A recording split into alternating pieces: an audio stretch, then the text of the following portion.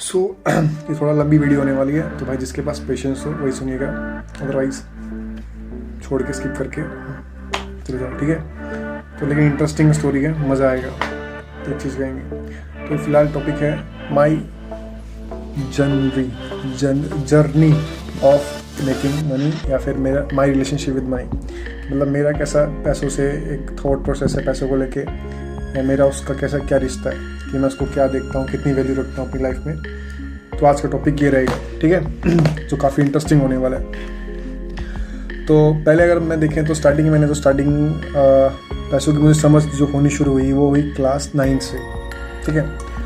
जब देखा मैंने घर पे काफ़ी चीज़ों को जो मैं चाहता था, जो अच्छी थी खेलने में, मेरे दोस्त लोगों को मिल रही थी, कपड़े पहन रहे थे वो लोग, और मतलब पहले तो मैं ज़िद करता था कि भाई उसके पास गाड़ी है, मेरे पास गाड़ी क्यों नहीं है, मुझे भी चाहिए। उसके पास ये कपड़े, मेरे पास ये कपड़े क्यों नहीं है। उसके पापा बर्थडे में उसको बाहर घुमाने जाते हैं, आप क्यों ले जाते हैं। पहले थोड़ा समझती भाई इसके पीछे पैसा इतना ज़्यादा मैटर करता है।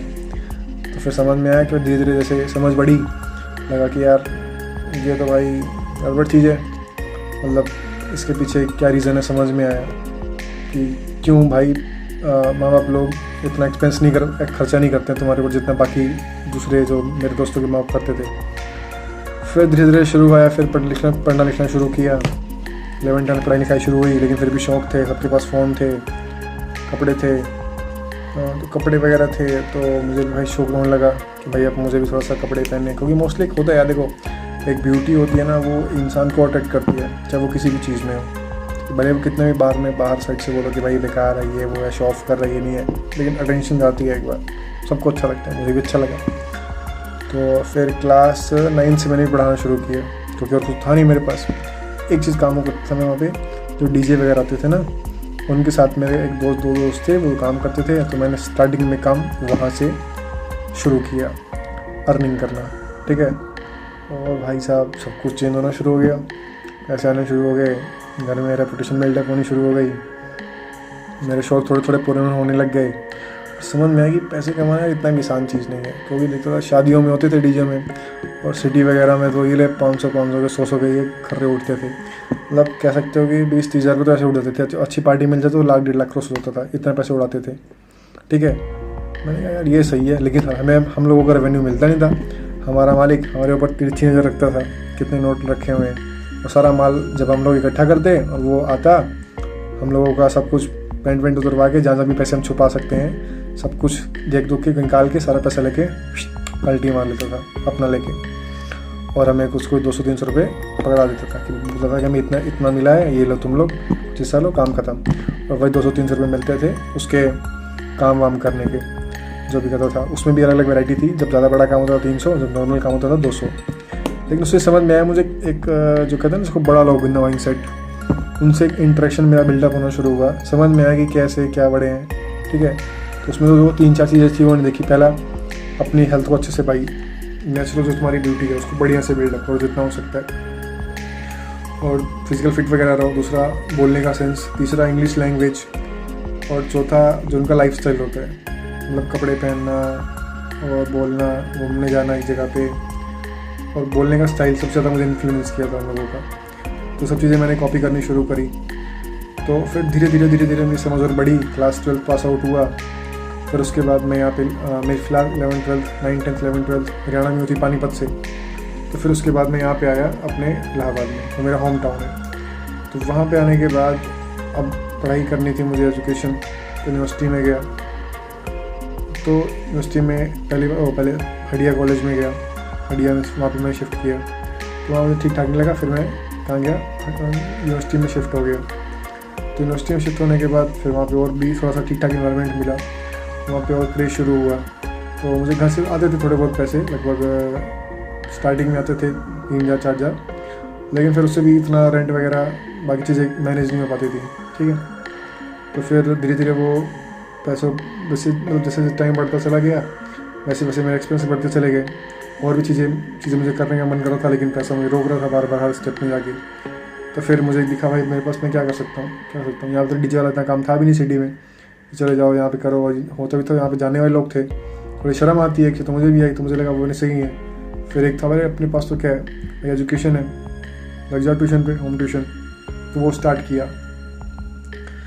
तो स्टार्टिंग में मैंने शुरू किया था लगभग, पहला जब मेरी कोचिंग मिली थी लगभग 500 के आसपास, ठीक है, 500 रुपये।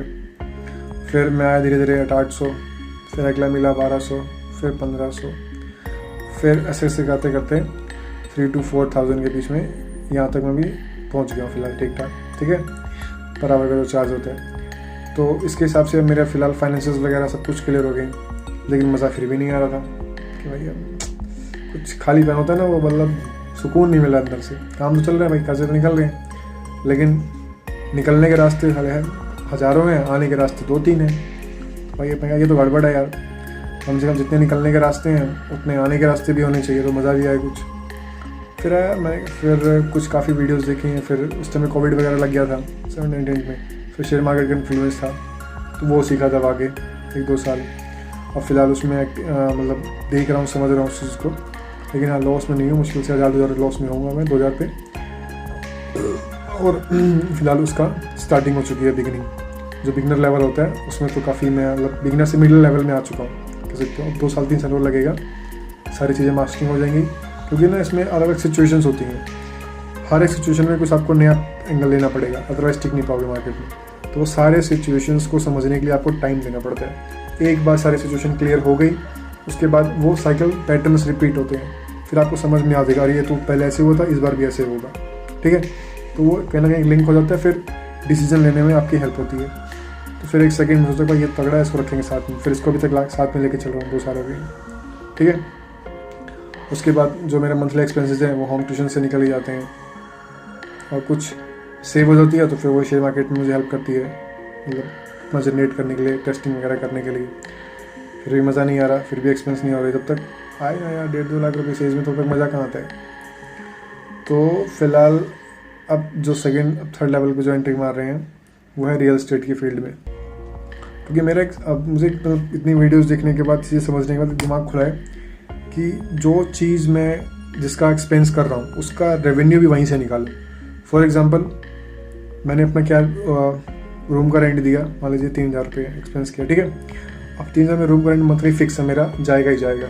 तो मैं ये कोशिश करूँगा कि मेरा 3,000 रुपये इस हाउस के ही कुछ ना कुछ जो भी इसके अराउंड बिजनेसेस चलते हैं वहीं से मैं कलेक्ट करूँ। फॉर एग्जांपल क्या हो गया, रियल एस्टेट हो गया, लैंड को प्लस करने के लिए, ठीक है, कहीं से लिया कम प्राइस पे, हाई पे सेल किया, जो थोड़ा कह सकते हो कि हाई कैपिटल वाला गेम भी होता है। कोई नहीं, 4-5 लोग मिल के ले लो एक लैंड, बाद में डिवाइड कर लो, ये भी हो सकता है। और दूसरा कमीशन बेसिस पे मैंने क्या रूम रेंट दिलवाना शुरू किए कि भाई किसी को रूम चाहिए कॉन्टैक्ट करो, यहाँ मिलेगा, दिखाने का 20 रुपये, अगर डन होता है तो 500 रुपये लेना, तो बताओ। होता है एक बार, क्योंकि जब नया आदमी आता है वो 4 जगह घूमेगा, उसको सही से मिलता नहीं है। हमारे पास सारी नीड्स की लिस्ट होती हैं, नंबर्स होते हैं, किसको कहाँ रूम चाहिए होता है, किस लोकेशन पे चाहिए होता है, कैसा चाहिए होता है, उनकी नीड्स क्या है, फैमिली के लिए चाहिए, बच्चों के लिए चाहिए, प्राइस क्या होना चाहिए। हमारे पास सारा डेटा होता है, तो उसके हिसाब से हम उनको लोकेशन डालते हैं, जो हमें आराम से 500 रुपये मिल जाते हैं। तो कभी कभी मेरा 1,000 होता है, कभी 1,500, कभी 3,000, ऐसे फ्लक्चुएशन आता रहता है। कुल मिला के वो मेरे सेट हो गए कि अगर मंथ में कहीं मैं रेंट रहूँगा तो कभी जहाँ पे भी रहूँगा वहाँ लोग तो रहेंगे, और जहाँ लोग रहेंगे फिर वहाँ पे भाई हाउसिंग का भी रेंट का सिस्टम बिजनेस अपना डेवलप होगा, तो वहाँ पे मेरा ये आराम से मेरा एक्सपेंस निकाल लेगा। तो रेंट का सिस्टम यहाँ से क्लियर हो गया, ठीक है। अब सेकंड आता है प्रॉब्लम फूड का, खाने का। सोचा यार खाने में क्या किया जाए, खाने में क्या किया जाए, तो फिर खाने का समझ में आया, हलवाई जो लोग होते हैं, ठीक है, शादियों में जो ऑर्डर्स आते हैं इनके पास, अभी जिनके ऑर्डर्स आते हैं इस मोस्टली अपने या तो कनेक्शन इनके होते हैं, मतलब एक कोई ऑर्गेनाइज प्लेयर नहीं है जिनके पास हर एक का डेटा हो, कि भाई जैसे कुछ लोग होते हैं ना यादव हैं तो सोचते हैं कि हमारा यादव से ही हम बनवाएंगे हलवाइयों से। तो अगर हमारे पास कॉन्टैक्ट रहेगा और तुम्हारा उनके बीच में तुम्हारे बीच में अंडरस्टैंडिंग बढ़ी है, मतलब बातचीत वगैरह होती है, सोचते हो अच्छा आदमी है, तुम कभी उनके काम भी दे देते हो, तो यहाँ से एक फूड वाला सिस्टम डेवलप हुआ कि कैसे मतलब अपने में एक्सपेंसेस हैं वो खाने से निकाल सकें। किसी का ऑर्डर आ रहा है, अभी फ़िलहाल ये मेरा इतना ग्रो नहीं हुआ लेकिन इस पर काम चल रहा है, तो उम्मीद करता हूँ समझ में आ रहा होगा मैं क्या कहना चाह रहा हूँ कि जिस फील्ड में आपका पैसा जा रहा है, एक तो पहले बात तो लिस्ट बना लो। एक आजकल ऐप भी आते हैं, मनीफाई करके एक ऐप है, उसमें क्या है ना पूरा ट्रैक कर सकते हो एक्सपेंस, कि आपका हेल्थ में कितना जा रहा है, ग्रोसरी में कितना जा रहा है, और बाहर के घूमने ट्रैवलिंग में कितना जा रहा है, और रेंट में कितना जा रहा है। ऐसे करके 8-10 सेक्शन बने हुए हैं जो भी डेली लाइफ खर्चे होते हैं लोगों के, उसके हिसाब से। तो एक बार आपने एक मंथ में किया और सारा उसमें डेटा डालते रहो डेली कि आज इतना गया इतना आया, आज इतना गया इतना आया, वो किस सेक्शन में गया वो भी तुम कर सकते हो। तुम्हें उसके बाद क्लियर समझ में आता है कि मेरा मंथली एक्सपेंस ये है और इस फील्ड में इतना पैसा जा रहा है। अब उसके उसी फील्ड में देखो कौन कौन सी बिजनेस रन कर रहे हैं। ठीक है, मोस्टली सिटी में करना आसान होगा, विलेज एरिया में तो भाई मेरे पास एक्सपीरियंस नहीं है तो मैं कुछ कह नहीं सकता इसके बारे में। ठीक है, तो उसी के जो फील्ड में जो बिज़नेस होते हैं उसको एक्सप्लोर करो, उसमें काफ़ी सारी चीज़ें कर ली होंगी, कोई ना कोई तुम्हारी फील्ड उस फील्ड में कमा रहा होगा, उनसे अपने कनेक्शन बढ़ाओ, कॉन्टैक्ट बनाओ, बस आगे तुम्हारे काम होने शुरू हो जाएंगे। तो ये सारी चीज़ें थी फ़िलहाल मनी रिलेशन से। और ज़्यादा मुझे दिखावे का भी शौक भी नहीं है, कुछ बढ़िया महंगी महंगी चीज़ें पहनना। देखो भाई, अमीरी दिखाने से मतलब नहीं है, अमीर बनने से मतलब है। ठीक है, तो मैं इसी प्रिंसिपल को चलता हूँ अपने, जो मुझे मज़ा भी आता है। और महीने में एक बार कहीं ना कहीं बाहर का ट्रिप हो जाता है दोस्तों के साथ। और बस फ़िलहाल तो ये चीज़ें हैं। और एक इम्पोर्टेंट चीज़ होती है कि 60-70% मैं कोशिश करता हूँ इन्वेस्टमेंट में रहे मेरा मंथली। ठीक है, उसके लिए मेरे को इनकम इंक्रीज़ करनी पड़ती है, क्योंकि एक्सपेंसेस दिन पे दिन बढ़ते जा रहे हैं, वो तो कम तो होने वाले नहीं है। तो उसके लिए 2x, अगर एक्सपेंस x बढ़ रहा है तो मुझे फिर इनकम अभी अपनी 2x बढ़ानी पड़ेगी, तभी जाके मेरा इन्वेस्टमेंट रह पाएगा फ्यूचर के लिए। और बाकी कुछ डोनेशन वगैरह हो जाती है, कभी किसी को कुछ दे देते हैं अगर ज़रूरत पड़ती है, तो जैसे बुक्स वगैरह हो गया, या कभी टाइम देना तो टाइम देना हो गया। ठीक है, तो ये सब चीज़ें चलती रहती हैं साइकिल में। और बस आज के लिए फिर इतना ही है। तो यही मेरा रिलेशन था मनी से related from starting to beginning. और मुझे लगता है कि मनी जो होती है रियल लाइफ में काफ़ी प्रॉब्लम्स को सॉल्व कर सकती है, अगर आपको उसके सही यूटिलाइजेशन करना आता है कि कहाँ पे कब कितना अमाउंट किस पे लगाना है, किस चीज़ पे, तो आपको काफ़ी हेल्प करती है वो चीज़ें प्रॉब्लम सॉल्व करने में, आपकी लाइफ को ईजी और बेटर करने के लिए। ठीक है, और एक स्टार्टिंग में मेरे को लगा कि कहने का ये भी एडवांटेज था कि मेरे पास पैसे नहीं थे, क्योंकि जब पैसे नहीं होते हैं ना तब आपके पास कुछ ये वाला पोर्शन काम करता है कि कैसे उसको अट्रैक्ट किया जाए, इन्फ्लुएंस किया जाए। और मोस्टली वो जाता, अगर लीगल आदमी हो तो लीगल तरीके से काम करोगे तो जेन्युइन चीज़ें आपको मिलेंगी।